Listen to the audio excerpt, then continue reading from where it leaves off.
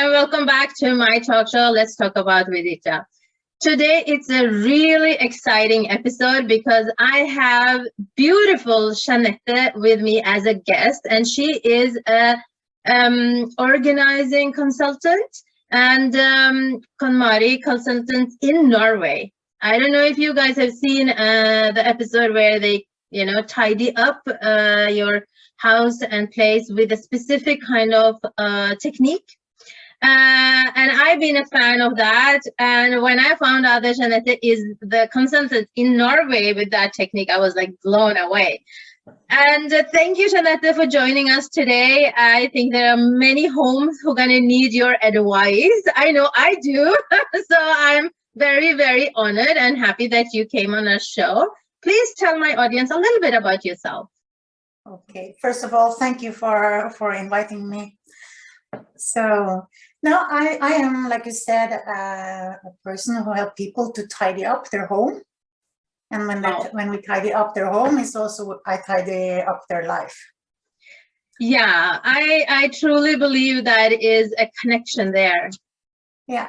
So I'm telling people that I'm a consultant who help people to realize the potential they have. Because almost all of us have enough. We have too much stuff. We have too many things that destroy the really good flow in the life. So true. And so tell us a little bit about the technique, the KonMari technique. Yes, please do. I can tell you what the difference is. Because normally we tidy one room at a time. Okay. Maybe we tidy our bedroom and we take out all the stuff and the bedroom feels very nice. But then we have another room with all the stuff. And then we move the stuff all around the house when we take another room. Understand? So it's And for me, my garage, where I have my car, where I should have my car, was full of all the stuff from the house. Okay. So instead of taking it from room to room, you just took it out in the garage, right? Yeah. So for me, I was working like a marketing director in a big insurance company. And I felt so tired. Okay. Every time I came home, I didn't feel that I could rest. It was too much stuff because my house was full of my things and all the things that I got from my mother, and I also found my husband in not very late, but late enough that he also brought a lot of stuff. Yeah. So it was a lot of things, and I tried to tidy up and I tried to make space in my home that I could relax, but it was so difficult. And I went to the doctor because I was tired. I was eating, in Norwegian we call it seimen. It's a kind of candy with a lot of sugar. Yeah. And it's really spongy and and it's so nice. So every night I was eating it. And sometimes I was eating also before breakfast. Oh my God. Yeah. And my doctor said, okay, it looks like you have a very good life, but it's so close before you really burn out. Okay. The sugar helps you to run the day, but you need to find something that could fill you up and bring you joy. Well, I have to say that it's very rare that I hear that doctor would say that, because they often come into the picture after we burnt out and after we are kind of met the wall, or there are many terms for it, right? Many different terms, but I always heard that doctors are coming to the picture or understand that you burnt out before you actually totally burnt out, right? Yeah. So that's a really good advice from a doctor. It is. He's good. It is. Sounds like it. Sounds like it. So, but the thing was that I went home and I was searching for joy. what brings me joy? And I could not find anything. Of course, my husband, my pet, and my kids, but I had stopped singing, I stopped dancing, I had stopped a lot of things that I really normally did. My life was too much work, too much worries, and too much of everything except joy. And this gives me goosebumps because I just quit my job. I said, what am I doing? I'm in this planet for a couple of years, and I'm driving like mad and eating the candy and getting bigger and more unhappy. I have to stop. And I quit my job, and I began to tidy my house. And I got the book from Marie Kondo. She's from Japan, and I was thinking, Japan, Norway, I'm not sure. But I'm a kind of person who do all or nothing. So I begin at the page 1, and I just continue, and I tidy my house. And sometimes I get worried, and this cannot not be good. It's like that. But Jeanette, it really doesn't sound like you, it doesn't sound normal.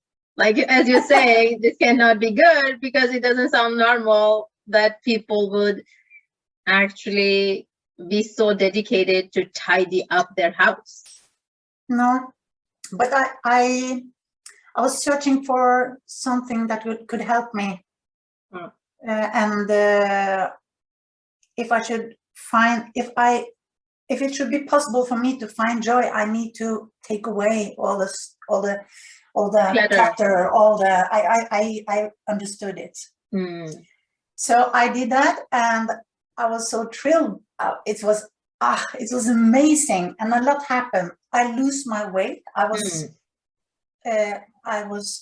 fat. I had to try. I was fat, and I lose my weight, and I had a frozen shoulder. Oh my God! And my stomach, everything during this period, it's getting better and better and better. And then I signed up for the course for Marie Kondo. I went to New York, and I was trained by her. Oh wow! And her team. Yeah, I hope I should be the first one in Norway. I was the second. It was one before me, but yeah. And I decided to learn other, especially women that are entrepreneur, women that needs to relax, women that needs to find the joy again. That's actually what I really, really want to do. I totally respect what you're doing, because I can really find, I am definitely in your target audience, because I love tidiness. I love cleanness because of my background. My mom has always been very strict, and she's always loved cleaning and neatness. And if everybody can take 5 minutes of their time and clean around them, that will be constantly clean. That's her thought. That was her idea, that, why live in over stuff? Why jump over stuff when it would take you 1 second to pick it up and put it where it should be? If you're taking out a scissor, just put it back. It would not take you long. But if you don't do that, if you keep on, making a mess, it's going to take longer time to clean it all. So that's what her idea was. And when I moved for myself and I got married to my husband, he was totally opposite. He's lived in a very filthy, very, very strange house where his mom never cleaned. His mom were used to living in disordered house, kind of a hoarder. She was, and she had too much stuff. She would never throw away anything. So he's from a completely different background, and then I'm completely different background. So for me, it was a huge change. And he said to me before we got married, so I didn't have anything to complain, because he said, I do not see that is cluttered. I don't see it. I can't see that things needs to be tidied or needs to be washed, because he's not from that background, right? He couldn't see it. But he said, if you tell me to wash and clean, I'll do it. Yeah. But you need to remind me, because I can't see it from my own side. So whenever I used to get mad, I needed to remind myself what he told me before we got married. So I never get mad at him, you know. He was intelligent enough to do that. So, and I understand what you're saying, that if it is untidy at home, my mind does not feel peace. You know, I can't rest. I can be sitting in front of the television, but half of my mind is in the kitchen because it's untidy, and it's in the bathroom because I didn't get to wash it before I sat down, you know. So next time I'm going to go to the bathroom, I'll try to wash it a little bit, so at least I'll have some peace of mind when I go back to the sofa and rest. But it's very, very difficult for me. I taught myself now over the past years, like after 10, 15 years living with my husband, then that I have to rest no matter what. You know, I have to physically rest. But inside myself, like in my head and my emotions, they're still, you know. You feel it in one way. It's you know. Yeah, and, you know, it's there. The story you tell me is so common. I saved a lot of marriage, I'm sure. I bet because you of have. the different, especially if you also have kids. I mean, the totally conflict level can get high. So, but the thing is, if you clean your house, you tidy your house with the KonMari method, you do it once. And I promise it is once. Of course, here also, if you come now, it's messy because I have a life, but it will take me 15 minutes to just put everything in order. It's just it's the house. It's the base is good. Everything I have a place. Everybody knows about it. It's not screaming, "Mama, where is my?" Like, exactly. Everyone knows where it is. So it takes time to tidy this way, and it's hard to do it on your own, but it's possible. I did. So the book, it's a good start. Yeah. So yeah. And so the best thing, no, we just had a little chat before this interview, and you said you actually started a book for youngsters about tidying. That is so exciting, because we talked about that. If you can teach children from they are either small or youngsters, then that is a good ability to have with you rest of your life, you know, because when they are going to settle down anyway, the base, as you're saying, they have already put the ground base down, and whatever they do in life will always be in that systematic order. I think that's amazing. So I'm really looking forward to the book coming out. I mean, I'm really excited. I think it's a book that the mothers will buy for the kids. Definitely. But I'm trying to describe for the kids all the benefits it will be if they learn it now. Of course, they will not have so much arguing with their parents, but it will also give them a good chance to discover what gives them joy, because it's a joy check. Everything is a joy check. I don't know if you see the show. It's she said, does it spark joy? Yeah. And that means that you should touch the thing and feel, does it spark joy? Do I like it? I love that part. And I did that, you know, because I actually did many of my rooms, and especially my children's room, and especially the clothes. And in my room, I did that. So I actually touched every cloth and thought, does this bring me joy? And if it didn't, I just threw it away or gave it away. You know, actually, I did that. So I have to go. And I love that part. Yeah. And if you learn that when you are like 13 years, you can use it for everything in your life. I mean, if I knew what gives me joy, I would probably not do everything that I did. I will probably not use so much money on stuff that I thought I wanted. Exactly. Because because when you're young, you know, I love this, I hate this, I love this, you know. Yes. And I want to write this book because I want them to keep the contact with what brings me joy. Who am I? And that's so profound. That is so profound. Yeah. Relations, everything, music, everything. You could use it. Wow. This is amazing. I mean, who would think that being organized, tidying up can really make you connect with yourself? This is so easy, but so impactful. Yeah, that's amazing. It's so nice to hear your story about how you got into this. So, so now this is your business. Yeah. So people can engage you and ask you to help them organize their life. Yeah, I do one-to-one. I do family also, but I work just with one at a time. And I can do it physically. I can come home, or I can do it like this, like we do now. Online.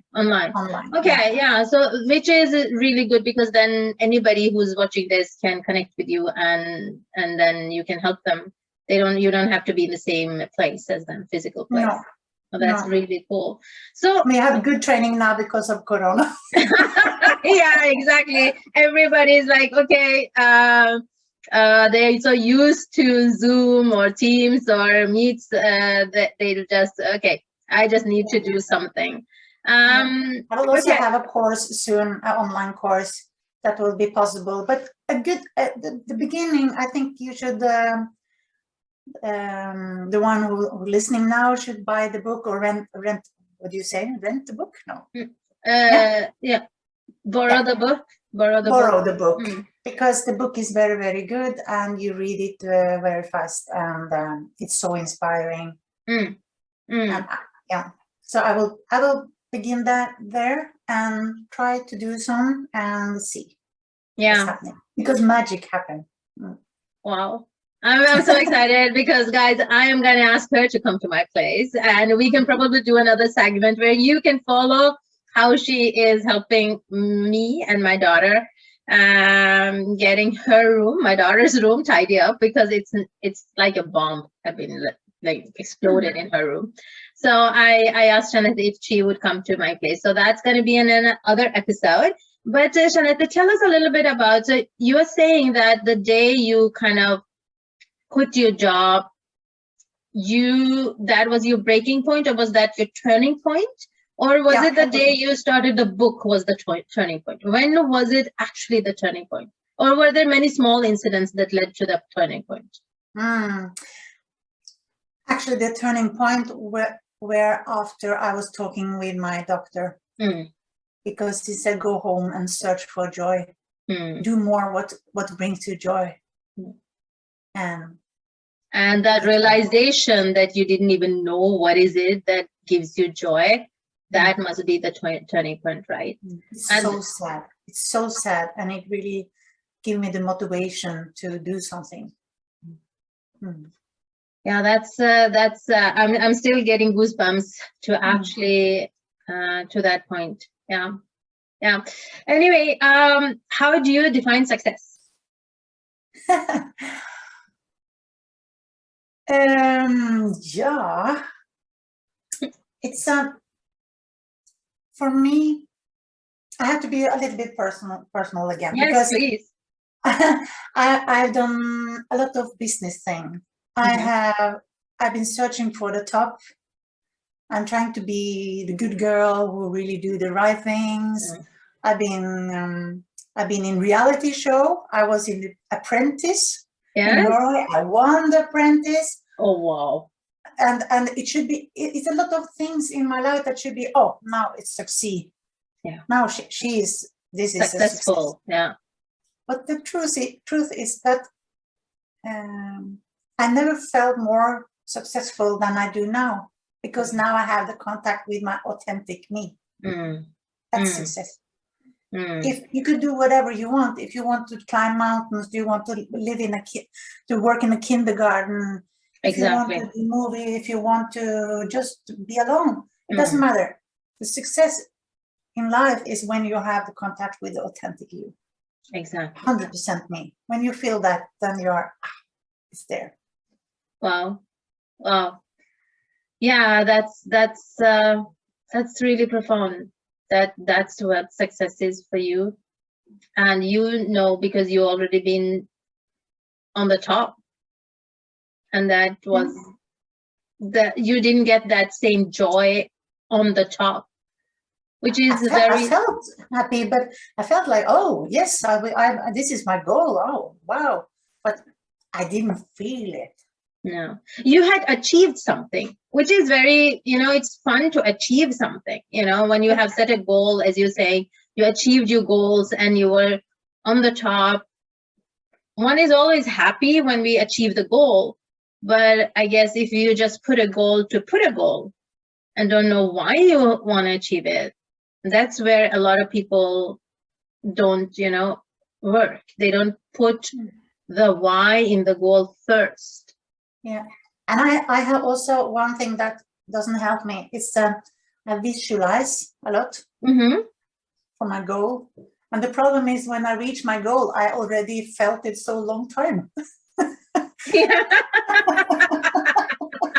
Exactly. So it's not like yes, it's not like that. It's like I knew that I was. Yes, of course. I was supposed to get here, and now I'm here. So what's next, right? Yeah, that's so true. Like, yeah. Do you have specific routines that you do to keep yourself healthy and taking care of yourself from the morning, other than tidying up? I mean. Yeah. I have routine which are good, but if I should tell about one thing that I really like, it's you probably heard the one, do your bed when you wake up. It's it's also a book that tidy your bed, because when you tidy your bed in the morning, you already done something good for yourself. Yes, I like that. But what I do, I know that I'm a better person if I do a meditation during the day. Yes. I know that. And it could be 5 minutes, it could be 1 hour. It doesn't matter. I need to do it every day. And I find that if I just wait for the moment that it feels right to do the meditation, it doesn't happen. So what I do in the morning, I don't do my bed for sleeping. I do my bed for meditation. I bring it up, I put on a pillow so I could relax my legs. And I open the door so it gets a little bit warmer in my bedroom. And it makes it easy for me. After being out with a client, I can just go to my room and lay down and do a yoga nidra or something that can reset me for the rest of the day. And I know myself, if I should then try to find my yoga mat, and that's not gonna happen. So what you do is you prepare your bed for meditation. So you do it whenever you feel it's right, or whenever you need it, you just go there and you just do your meditation. Wow, that's really good, because I might take you up on that, because I also do meditation every day. I have to, otherwise I don't feel centered.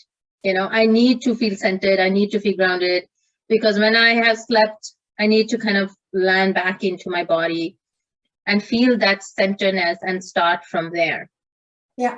And I meditated for more than, 34 years. I started when I was very, very young. And but before, I needed that routine that if I woke up like 6:30, I'll meditate for about 20 minutes, half an hour, and I'll sit properly in a space in my house. Like, I have to come down, make the whole thing, as you were saying, the rituals. But as I'm growing older, I just can't find that that maybe will to do it, and I don't feel I need to do it. So what I do is that I also sit up in my bed, but then I do another session of yoga when I come downstairs, and and sit in that place. So I do one small session in my bed while I'm still there, but I like the idea that you will actually make that space for anytime you need it. You just go there and you just go into the meditation. So that's the And really also, if you go through the day and after you brush your teeth and then go to bed, and then you find your bed ready for meditation, it's like, okay, I can do some minutes before. Exactly. Yeah. Maybe I should do. Oh, well, why not? Everything is ready for me, so let's do it. Yeah, that's a really nice idea. And for me also, it's like for you also, it's like when I'm with clients, I feel I have to wash my brain. Yes. I need a reset. So that's a routine. I always do that between clients. I need to, because I'm so in, and then I need to be clear for the next one. Exactly. So you because you give so much from yourself that you need to also pick up where you are and neutralize and center yourself before you take it to the next person. Yeah, that's really amazing. That's amazing. Hey guys, this is really good tips she's giving. Hope you're making notes. Okay, so if somebody wants to go in the line that you are in, become a tidy organizer, what are the tips that you would give them? If they want to do it professional, I strongly advise to take a course with Marie Kondo. I do. Because I tried all the methods I have. And for me, I think this is the only method that really lasts. And the other thing is that it doesn't give you don't have to buy a lot of stuff. Yeah. So if you want to work like an organizer, you don't need a lot of plastic bags and plastic box and labels and Instagram that really looks always so beautiful. No, you're working with the inside of people. So you just bring your water, you bring yourself, you bring your personality in this. So learn a method from Marie Kondo, and you can do it online. In my time, I need to go to New York, but you can also do it online. And the teachers are amazing. They're so good, and they're from all over the world, and they become great friends. So, and also the community, we are 700 in the whole world now. And it's like, I can just message them, oh, I have a problem. She feels like blah, blah.